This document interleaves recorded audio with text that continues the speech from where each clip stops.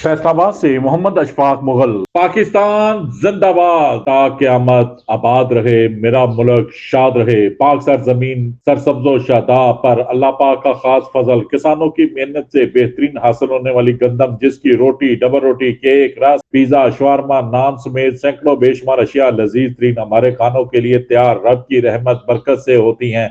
लेकिन चक्की मालकान खालस गंदम का आटा गंदम जखीरा करके बगैर हिफाजती इंतजाम, नाकस सफाई, कीड़ों चूहों की अफजाइश के साथ आटा पीस कर फरोख्त कर रहे हैं।